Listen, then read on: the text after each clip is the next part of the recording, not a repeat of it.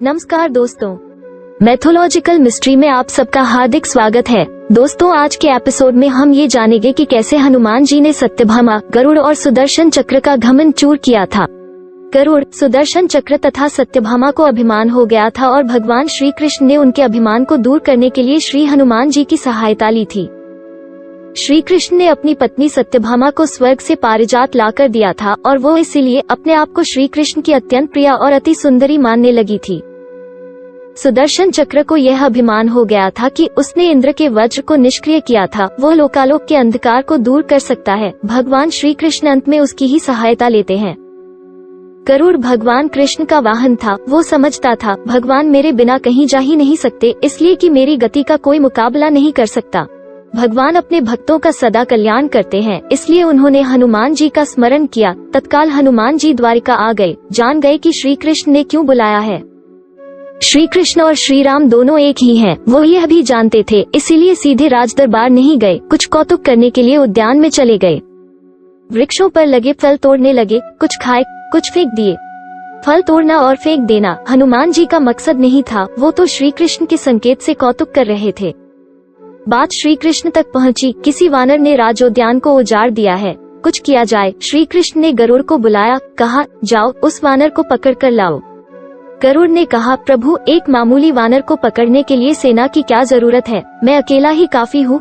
कृष्ण मन ही मन मुस्कुरा दिए, जैसा तुम चाहो, लेकिन उसे रोको। फिर गरुड़ ने जाकर हनुमान जी को ललकारा, बाग क्यों उजाड़ रहे हो, फल क्यों तोड़ रहे हो, चलो तुम्हें श्री कृष्ण बुला रहे हैं। हनुमान जी ने कहा मैं किसी कृष्ण को नहीं जानता, मैं तो श्री राम का सेवक हूँ। जाओ कह दो मैं नहीं आऊँगा। गरुड़ क्रोधित होकर बोला तुम नहीं चलोगे तो मैं तुम्हें पकड़ कर ले जाऊंगा। हनुमान जी ने कोई उत्तर नहीं दिया। गरुड़ की अनदेखी कर वो फल तोड़ते रहे। गरुड़ नहीं माना। तब हनुमान जी ने अपनी पूंछ बढ़ाई और गरुड़ को दबोच लिया। उसका घमंड दूर करने के लिए कभी पूंछ को ढीला कर देते। गरुड़ कुछ सांस लेता और जब कसते तो गरुड़ के मानो प्राण ही निकल रहे हो। हनुमान जी ने सोचा भगवान का वाहन है, प्रहार भी नहीं कर सकता, लेकिन इसे सबक तो सिखाना ही होगा। पूंछ को एक झटका दिया और गरुड़ को दूर समुद्र में फेंक दिया। बड़ी मुश्किल से वो गरुड़ दरबार में पहुंचा। भगवान को बताया वो कोई साधारण वानर नहीं है, मैं उसे पकड़कर नहीं ला सकता। भगवान मुस्कुरा दिए। सोचा गरुड़ का घमंड तो दूर हो गया, लेकिन अभी इसके वेग के घमंड को चूर करना है। श्री कृष्ण ने कहा गरुड़, हनुमान श्री राम जी का भक्त है, इसीलिए नहीं आया। यदि तुम कहते कि श्री राम ने बुलाया है तो फौरन भागे चले आते। हनुमान अब मलय पर्वत पर चले गए हैं। तुम तेजी से जाओ और उससे कहना श्री राम ने उन्हें बुलाया है। तुम तेज उड़ सकते हो, तुम्हारी गति बहुत है, उसे साथ ही ले आना। गरुड़ तेजी से उड़े, मलय पर्वत पर पहुँचे। हनुमान जी से क्षमा मांगी, कहा श्री राम ने आपको याद किया है, अभी आओ मेरे साथ, मैं तुम्हें अपनी पीठ पर बिठाकर मिनटों में द्वारिका ले जाऊंगा। तुम खुद चलोगे तो देर हो जाएगी, मेरी गति बहुत तेज है, तुम मुकाबला नहीं कर सकते। हनुमान जी मुस्कुराए, भगवान की लीला समझ गए। कहा तुम जाओ, मैं तुम्हारे पीछे ही आ रहा हूँ। द्वारिका में श्री कृष्ण राम रूप धारण कर सत्यभामा को सीता बना सिंहासन पर बैठ गए। सुदर्शन चक्र को आदेश दिया द्वार पर रहना, कोई बिना आज्ञा अंदर न आने पाए। श्री कृष्ण समझते थे कि श्री राम का संदेश सुनकर तो हनुमान जी एक पल भी रुक नहीं सकते, अभी आते ही होंगे। गरुड़ को तो हनुमान जी ने विदा कर दिया और स्वयं उससे भी तीव्र गति से उड़कर गरुड़ से पहले ही द्वारका पहुंच गए। दरबार के द्वार पर सुदर्शन ने उन्हें रोककर कहा बिना आज्ञा अंदर जाने की मना है। जब श्री राम बुला रहे हों तो हनुमान जी विलंब सहन नहीं कर सकते। सुदर्शन को पकड़ा और मुंह में दबा लिया। अंदर गए। सिंहासन पर श्री राम और सीता जी बैठे थे। हनुमान जी समझ गए। श्री राम को प्रणाम किया और कहा प्रभु, आने में देर तो नहीं हुई। साथ ही कहा प्रभु, माँ कहाँ है, आपके पास आज यह कौन दासी बैठी है।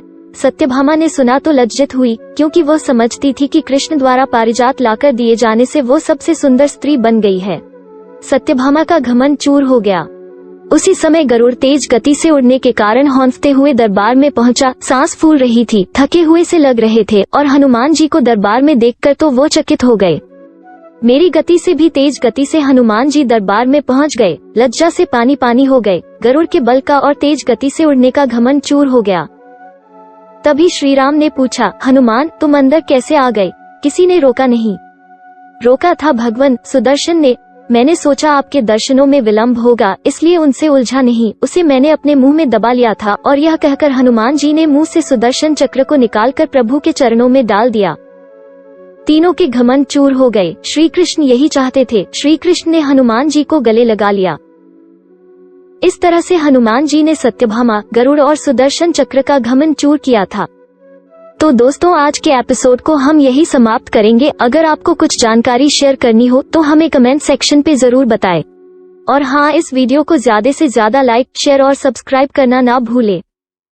धन्यवाद।